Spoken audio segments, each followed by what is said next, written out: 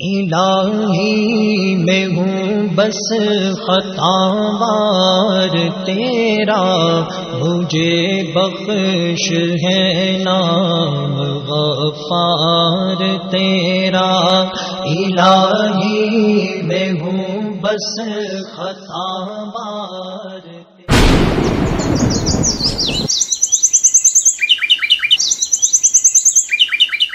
السلام علیکم ورحمۃ اللہ وبرکاتہ۔ ان الحمد للہ نحمده ونستعینه ونستغفره ونعوذ باللہ من شرور انفسنا ومن سیئات اعمالنا، من يهده الله فلا مضل له ومن يضلل فلا هادي له، اشهد ان لا اله الا الله وحده لا شريك له وأشهد أن محمدًا عبده ورسوله۔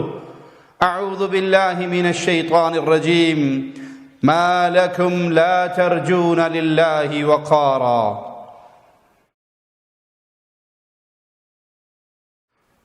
غیر اللہ کی محبت وہ جرم ہے،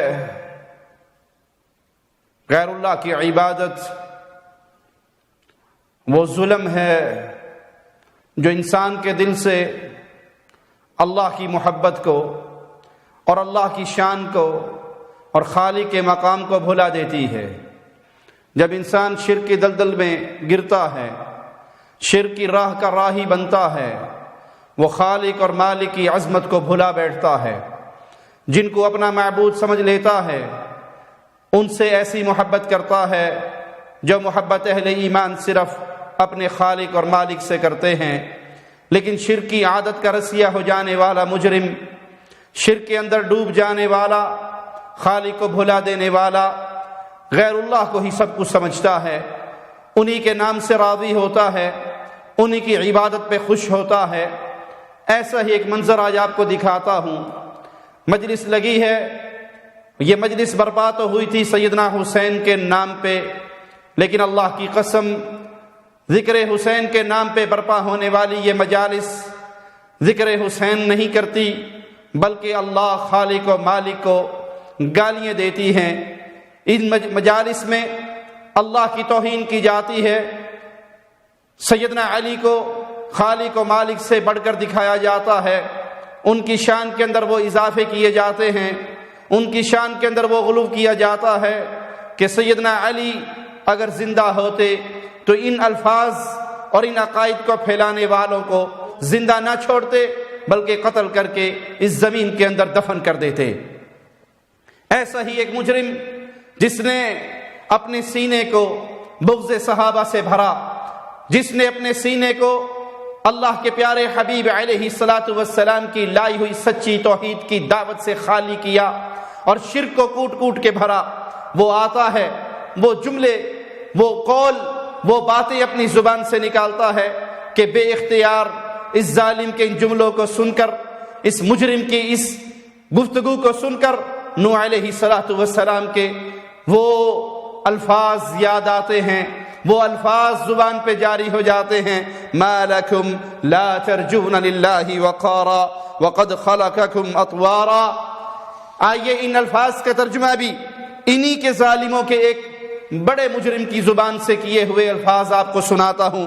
محمد حسین نجفی رافضی اس کے ترجمے میں لکھتا ہے، تمہیں کیا ہو گیا ہے کہ تم اللہ کی عظمت کی پرواہ نہیں کرتے، حالانکہ اس نے تمہیں طرح طرح سے خلق کیا ہے۔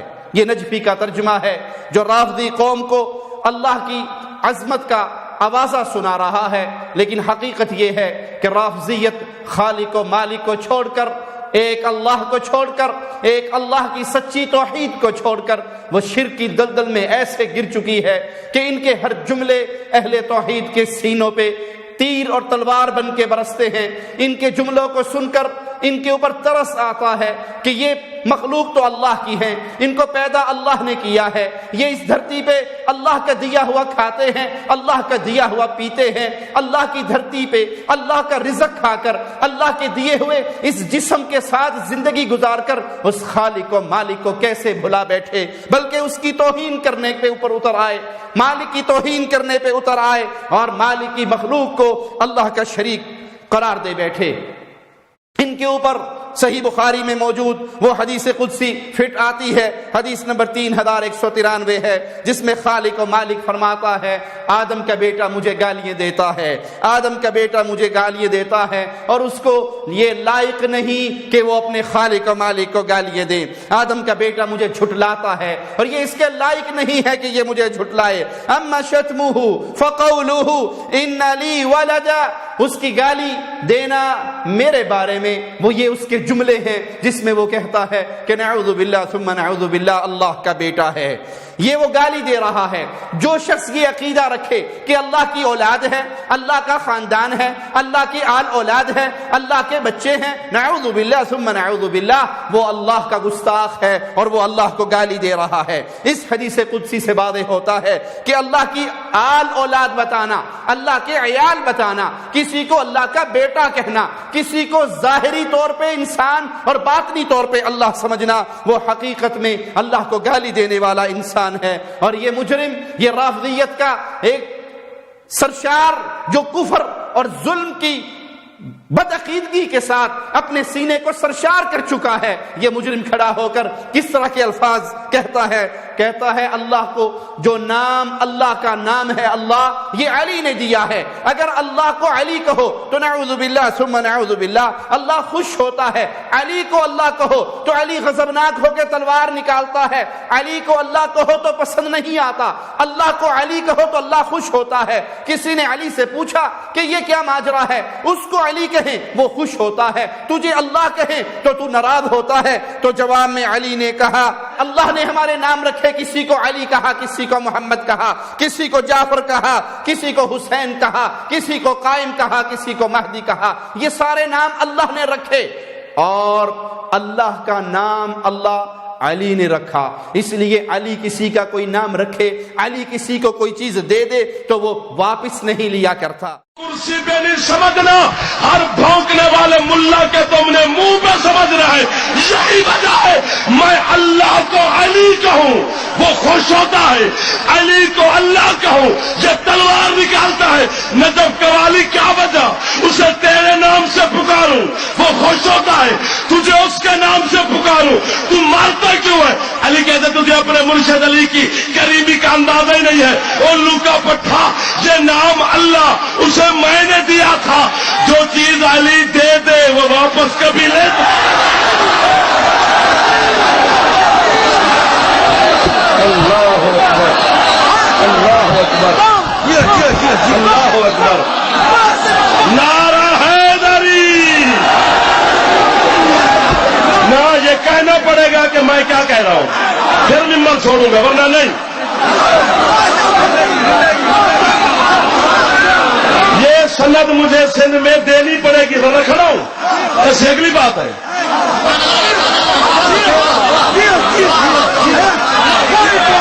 ہم نے اسے کہا تو اللہ ہے، تو اللہ ہے۔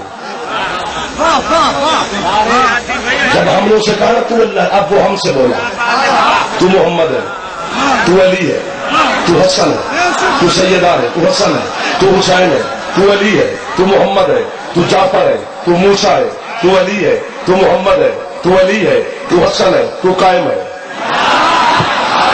ہم نے اس کا نام رکھا، اس نے ہمارے نام رکھے۔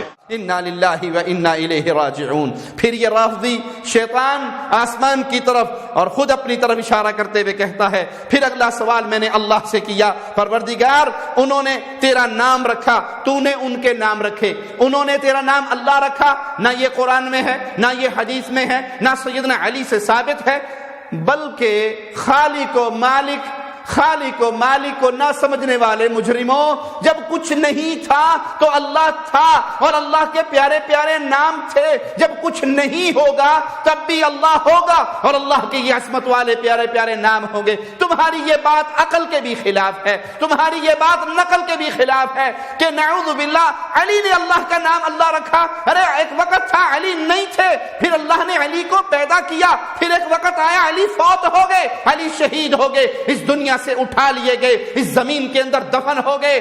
اللہ اللہ ہے, وہ خالق و مالک ہے, علی اس کی مخلوق ہے, علی اس کا بندہ ہے, علی اس کا شریک اور پارٹنر نہیں ہے. تمہاری یہ بات ہی جھوٹ کا پلندہ ہے کہ علی نے اللہ کا نام اللہ رکھا. اللہ سبحانہ و تعالی ہے, تمہارے ان جملوں سے پاک اور بلند ہے. یہ ظالم کہتا ہے میں نے اللہ سے سوال کیا, پروردگار انہوں نے تیرا نام رکھا, تو نے اس کے نام رکھے, نام تو خاندان والے رکھتے ہیں. یہ جملہ سنتے ہی رافضیت کے اس مجمع کے اندر موجود عوام الناس وہ بھی اس کفر پہ مچلتی ہے, خوش ہوتی ہے, ہاں ہاں اور بلے بلے اور واہ واہ کرتی ہے اور اس کو داد دیتی ہے. یعنی جو عقیدہ کفر اس رافضی شیطان کا ہے وہی عوام الناس کا ہے, اور عوام الناس اس کی ہاں میں ہاں ملا رہی ہے. کہتا ہے نام تو خاندان والے رکھتے ہیں, یہ کیسا خاندان ہے, یہ کیسا قبیلہ ہے. ہم نے اس کا نام رکھا, اس نے ہمارے نام رکھے, بات یہاں تک ختم ہو گئی ہے. میں اگلا سوال اللہ سے میں نے کیا, پروردگار انہوں نے تیرا نام رکھا, تو نے ان کے نام رکھے, نام تو خاندان والے رکھتے ہیں.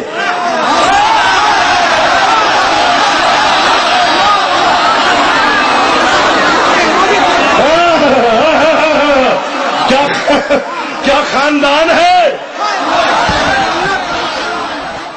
استغفر اللہ. سب سے پہلی بات تو اس نے اللہ پر بھی جھوٹ بولا, سیدنا علی پر بھی جھوٹ بولا کہ یہ کہیں ثابت نہیں, یہ کہیں کسی کتاب میں نہیں, نہ عقل کے موافق نہ نقل کے موافق کہ علی نے اللہ کا نام اللہ رکھا. پھر اللہ تعالیٰ کا خاندان بتانا, یہ صاف جھوٹ اور اللہ کو گالی دینا ہے. خاندان اس کا ہوتا ہے جس کی بیوی ہو, خاندان اس کا ہوتا ہے جس کی اولاد ہو. اللہ پاک ہے بیوی سے, قل هو اللہ احد, وہ یکتا ہے, تنہا ہے, لم یلد ولم یولد, نہ اس نے جنا ہے نہ وہ جنا گیا ہے, نہ اس کی آل ہے نہ اس کی اولاد ہے نہ اس کی ہمسر ہے نہ اس جیسا کوئی ہے. قل هو اللہ احد, یہ آوازہ ہے اہل ایمان کا, یہ پکار ہے اہل توحید کی, یہ خالق کا وہ تعارف ہے جو اللہ نے خود اپنے پیارے حبیب کے ذریعے انسانیت تک پہنچایا. اے نبی کہہ دیجئے اللہ احد, اللہ اکیلا تنہا یکتا ہے, بے نیاز ہے, اس نے نہ جنا ہے نہ وہ جنا گیا ہے, نہ کوئی اس کے برابر کا ہے. ظالمو, تم اللہ کا خاندان بناتے ہو, تم اللہ کے آل اولاد بناتے ہو, تم اللہ کے عذاب سے ڈرتے کیوں نہیں ہو, تم اللہ کی پکڑ سے ڈرتے کیوں نہیں ہو, تم قیامت کے دن خالق و مالک کو کیا منہ دکھاؤ گے, تم وہ شرک اکبر کر کے جا رہے ہو جس کی مثال تاریخ میں بھی شاید نہ ملے. فرمایا کیا خاندان ہے. پھر اس پہ کہتا ہے دلیل دوں, اپنے اس ظلم پہ مزید اکڑتے ہوئے, مزید اٹھلاتے ہوئے, مزید اٹکیلیے کرتے ہوئے کہتا ہے اس پہ دلیل دو. قرآن کی آیت پڑھو, قل تعالوا ندعو ابناءنا وابناءکم. پھر یہ آیت پڑھتا ہے جس میں پیارے حبیب کو اللہ کہتا ہے اے نبی ان کفار سے کہو, ان مشرکوں سے کہو کہ آؤ مباہلہ کرنا ہے, تم اپنے بیٹوں کو بلاؤ, میں اپنے بیٹوں کو بلاتا ہوں. یہاں اللہ نبی سے کہہ رہا ہے نبی تم کہو, تم اپنے بیٹوں کو, اے کافرو تم اپنے بیٹوں کو لے کر آؤ, میں اپنے بیٹوں کو لے کر آتا ہوں. لیکن یہ مجرم یہاں پر ڈرامہ کرتے ہوئے کیا کہتا ہے, حبیب ان سے کہہ دو تم اپنے بیٹے لاؤ, ہم اپنے بیٹے لاتے ہیں. محمد نے کہا بیٹا تیرا بھی نہیں ہے, بیٹا میرا بھی نہیں ہے, ہم کہاں سے بیٹا لائیں گے. تو اللہ نے جواب میں کہا یہ علی بیٹا کس کا ہے. پڑھوایت پتہ نہیں یا میری موت قریب ہے یا قائم کا ظہور قریب ہے, تو میں ایسی بات ممبر سے کسی مائی کے لال کا کلیجہ ہی نہیں. پڑھوایت کیا خاندان اللہ کہتا ہے, پر قل تعالوا ندعو ابناءنا وابناءکم. حبیب ان سے کہہ دو تم اپنے بیٹے لاؤ, ہم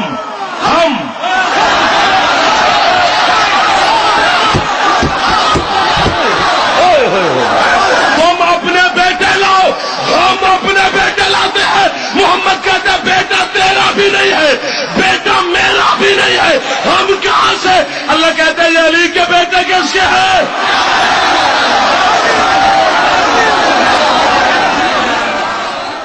انا انا للہ و انا الیہ راجعون، انا للہ و انا الیہ راجعون۔ نقل کفر نباشد، یہ مجرم علی کے بیٹوں کو اللہ کا بیٹا کہہ رہا ہے، حالانکہ یہاں قرآن حکیم میں واضح لفظ ہے قل، اے نبی آپ کہو، بلاؤ اپنے بیٹوں کو، کافروں تم اپنے بیٹوں کو بلا کر لاؤ، میں اپنے بیٹوں کو بلا کر لاتا ہوں، یعنی میں اپنے اہل بیت کو لاتا ہوں، تم اپنی اولادوں کو بلا کر لاؤ۔ یہ ماجرا بالکل الگ ہے۔ اور اس مجرم نے اس کو اٹھا کر کہا اور جھوٹ بولا پیارے نبی صلی اللہ علیہ وسلم پر۔ کہاں ہے یہ روایت؟ کس کتاب میں ہے؟ کس ذاکر کی زبان سے تم نے سنی؟ کس کتاب میں، کس حدیث میں، کس قرآن میں، کس امام کا قول ہے؟ وہ ہمیں بھی سنا دو جس میں اللہ کے نبی نے کہا ہو اللہ نہ بیٹا تیرا ہے نہ بیٹا میرا ہے، ہم بیٹے کہاں سے لائیں گے؟ تو اللہ نے کہا یہ علی کا بیٹا جو ہے یہ کس کا بیٹا ہے؟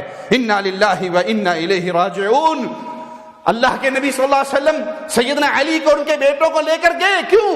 وہ علی کے بیٹے، اپنی بیٹی کی اولاد بھی اپنی ہی اولاد ہوتی ہے، نانا اور دادا اپنے پوتوں اور پوتیوں اور نواسوں کو اپنے بیٹے سمجھتے ہیں، اپنے بیٹے ہی کہتے ہیں، لیکن اللہ کی طرف یہ نسبت کرنے والوں کہ علی کا بیٹا نعوذ باللہ اللہ کا بیٹا ہے۔ کاش تم نے قرآن حکیم کی آیات کو پڑھا ہوتا۔ سورۃ مریم کو سنیے، مالک فرماتا ہے اہل شرک کا، کافروں کا قول نقل کرتے ہوئے انہوں نے خالق و مالک کی طرف کیا جھوٹ بولا، وقالوا اتخذ الرحمن ولدا، ان ظالموں نے کہا کہ نعوذ باللہ ثم نعوذ باللہ، رحمان نے کوئی اولاد بنائی ہے، کسی کو اپنا بیٹا پکڑا ہے رحمان نے۔ یہ ظلم کا جملہ تھا جو انہوں نے بولا۔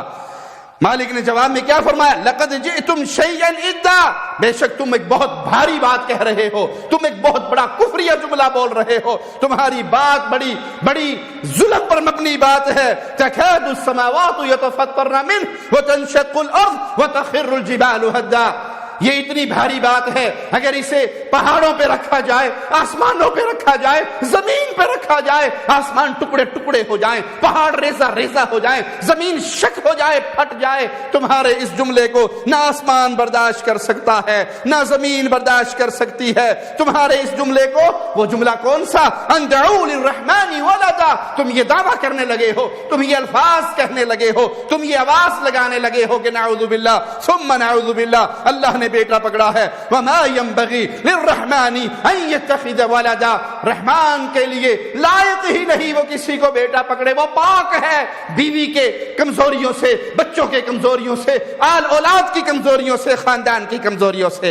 مزید سنیے، یہ رافضی مجرم پھر کہتا ہے سیدنا علی کو اللہ کہتے ہوئے صاف الفاظ میں کہتا ہے علی دماغ میں آ ہی نہیں سکتا، علی دماغ میں نہیں آ سکتا، علی کا تو پتہ نہیں کہاں رہتا ہے، کہاں سے آیا تھا، کہاں چلا گیا، بس یہ اللہ کی توحید کا پرتو اس کا سایہ ہے، نظر آئے تو علی ہو جاتا ہے، چھپ جائے تو اللہ ہو جاتا ہے۔ علی کیا ہے؟ کہاں ہے؟ کوئی کیسا ہے؟ کوئی بس اس کی توحید کا پرتاؤ ہے، نظر آئے تو علی ہے، چھپ جائے تو اللہ ہے۔ انا للہ و انا الیہ راجعون، انا للہ و انا الیہ راجعون، انا للہ و انا الیہ راجعون۔ یہ وہی کفر کے جملے ہیں جو تم سے پہلے نصارہ بول چکے ہیں۔ او خالق کا فرمان سنیں، لقد کفر الذین قالوا ان اللہ هو المسیح ابن مریم، کفر کیا ان ظالموں نے جنہوں نے یہ جملے کہے کہ عیسیٰ ابن مریم وہی اللہ ہے۔ تم نے بھی وہی ظلم کیا، تم نے کہا علی اللہ ہے، علی نظر آئے تو علی ہے، نظر نہ آئے تو اللہ ہے۔ نصارہ نے کہا تھا مریم کا بیٹا عیسیٰ وہ حقیقت میں اللہ ہے۔ قل فمن يملك من الله شيئا ان اراد ان يهلك المسيح ابن مریم وامه ومن في الارض جميعا، کہہ دیجئے پھر کون ہے جو اللہ سے کسی چیز کا مالک ہو، اگر اللہ ارادہ فرما لے عیسیٰ علیہ السلام کو اور ان کی والدہ کو اور زمین میں جو کچھ ہے سب کو ہلاک کرنے کا اللہ ارادہ فرما لے، تو کون ہے جو اللہ کو اس کے ارادے سے روک سکے؟ وہ خالق و مالک ہے، وہ رحمان و رحیم ہے، وہ عزیز و کریم ہے۔ وَلِلَّهِ مُلْكُ السَّمَاوَاتِ وَالْأَرْضِ وَمَا بَيْنَهُمَا، اللہ کا کوئی بیٹا نہیں، نہ علی اللہ کا بیٹا، نہ علی کی اولاد اللہ کی اولاد، نہ یہ اللہ کے عیال ہیں، نہ یہ اللہ کا خاندان ہے، نہ یہ اللہ، بلکہ یہ اللہ کی مخلوق ہے، یہ اللہ کے منگتے ہیں، یہ اللہ کے سوالی ہیں، علی اللہ کے در کے سوالی، علی اللہ کے در کے محتاج، علی اللہ کے فقیر، علی اللہ کے منگتے، علی اللہ کے بندے، علی اللہ نہیں، علی مشکل کشا نہیں، علی حاجت روا نہیں، علی بگڑی بنانے والا نہیں، علی پہ بیماریاں آتی تھی اللہ شفا دیتا تھا، علی پہ مصیبتیں اترتی تھی اللہ شفا دیتا تھا، علی پہ مشکل آتی تھی اللہ مشکل کشائی کرتا تھا۔ وَلِلَّهِ مُلْكُ السَّمَاوَاتِ وَالْأَرْضِ وَمَا بَيْنَهُمَا، آسمان اللہ کے، زمینیں اللہ کی، آسمان اور زمینوں کے درمیان جو کچھ ہے وہ سب اللہ کا، وہ جو چاہتا ہے پیدا کرتا ہے۔ وَاللَّهُ عَلَى كُلِّ شَيْءٍ قَدِيرٌ، اللہ ہر چیز پہ قادر ہے۔ یہ منظر آپ کو دکھا کر، اس مجرم کے یہ جملے آپ کو سنا کر، اے اہل حدیثو، اے اہل توحید، اے اہل السنہ والجماعہ، اے صحابہ کے سچے وارثو، میں تمہیں جھنجھوڑ رہا ہوں، میں تمہیں پکار رہا ہوں، میں تمہیں آوازیں لگا رہا ہوں، اللہ کے لیے، رب کی توحید کے لیے، رب کی توحید کے لیے اٹھو۔ اللہ کی قسم سارے مسئلے چھوٹے ہیں، رب کی توحید کا مسئلہ سب سے بڑا ہے، ساری باتیں چھوٹی ہیں، اللہ کی الوہیت کی بات سب سے بڑی ہے۔ آؤ اس توحید کے پیغام کو سینے سے لگاؤ، اس توحید کے پیغام کو عام کرو، اپنی جان، اپنا مال، اپنی قلم، اپنی زبان، اپنی ہر قوت کو رب کی وحدانیت کے عقیدے کے پھیلانے کے لیے وقف کرو۔ آج یہ کر لو، کل جنت تمہاری ہوگی، کل صحابہ کا پڑوس تمہارا ہوگا، کل رسول اللہ صلی اللہ علیہ وسلم کا پڑوس رب کی رحمت سے تمہارا ہوگا۔ اگر آج ہم نے دنیا کے سارے مسئلوں کو یاد رکھا، دنیا کے ہر مسئلے کے لیے محنت کی، دنیا کے ہر معاملے میں ہم نے ٹانگ اڑائی، لیکن جب توحید کی دعوت کا ماجرا آیا تو کسی کو کوئی مجبوری، کسی کو کوئی مجبوری، کسی کو کوئی مجبوری، اور ہم نے اپنی دنیاوی مفادات کی مجبوریوں میں ڈوب کر رب کی توحید سے اگر منہ موڑا تو اللہ کی قسم کل قیامت کے دن اپنے رب کے سامنے نامراد اور رسوا ہو جائیں گے، رب کے سامنے ذلیل و خوار ہو جائیں گے۔ اگر خالق و مالک نے سوال کر لیا، لوگ میرے بیٹے بنا رہے تھے، لوگ میرا خاندان بتا رہے تھے، لوگ میری اولاد بتا رہے تھے، لوگ مجھے چھوڑ کے مردوں کی ڈھیریوں پہ گرے ہوئے تھے، اہل توحید تم کہاں تھے؟ تمہاری 24 گھنٹوں میں سے کتنے گھنٹے میری توحید کی دعوت کے لیے وقف ہوتے تھے؟ تمہارے مال میں سے کتنا حصہ، تمہاری ماہانہ تنخواہ میں سے کتنا حصہ رب کی توحید کی دعوت کو پھیلانے کے لیے وقف ہوتا تھا؟ تم اپنی صلاحیتوں میں سے کتنے % اللہ کی توحید کے لیے اپنی صلاحیتوں کو صرف کرتے تھے؟ یہ سوال مجھ سے اور آپ سے ہونے والا ہے۔ اللہ کے لیے زندگی پتہ نہیں کب ختم ہو جائے۔ یو ٹرن لیجئے، دنیا کے سارے مسائل کو چھوٹا جان کر ایک سائیڈ پہ رکھ کر رب کی وحدانیت کے عقیدے کو سب سے بڑا جان کر اس کے لیے کچھ کر گزرنے کی فکر پیدا کیجئے۔ اللہ سے دعا ہے اللہ ہمیں زندہ رکھے، ایمان پہ رکھے، موت دے توحید پہ دے، اس حال میں دے اللہ ہم سے راضی ہو، ہم اپنے اللہ سے راضی ہوں۔ ادھر روح نکل رہی ہو، ادھر زبان سے لا الہ الا اللہ کا توحیدی ترانہ گونج رہا ہو، ادھر روح نکل رہی ہو، ادھر جنت کے دروازے کھل رہے ہو۔ اے اللہ تجھے تیرے پیارے ناموں کا واسطہ ہے مولا، زندہ رکھنا، ایمان پہ رکھنا، لا الہ الا اللہ کی تحریک کا خادم بنا کے رکھنا مولا، موت دینا اسی لا الہ الا اللہ کو پھیلاتے ہوئے شہادت کی موت دے کے اپنے پیاروں میں شامل فرما کے جنت الفردوس میں محمد کا پڑوس دینا صلی اللہ علیہ وسلم۔ اقول قولی ھذا واستغفر اللہ لی ولکم ولسائر المسلمین فاستغفروہ انہ هو الغفور الرحیم۔